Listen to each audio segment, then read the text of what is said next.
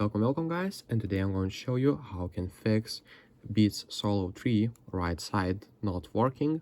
So this is the simple guide that you can try it. If that doesn't work, it can be your headphone internally is broken and needs to be soldered again. So basically what you'll need to do is take your headphones and actually hold this turning on button for about 10 seconds, and it basically will restart your headphones and the headphones will start blinking it.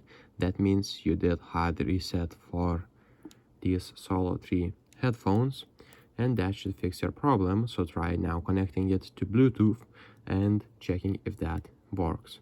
If that doesn't work, you can try putting aux cable, as you can see, let me focus it right here, and putting to other device and listening if that works.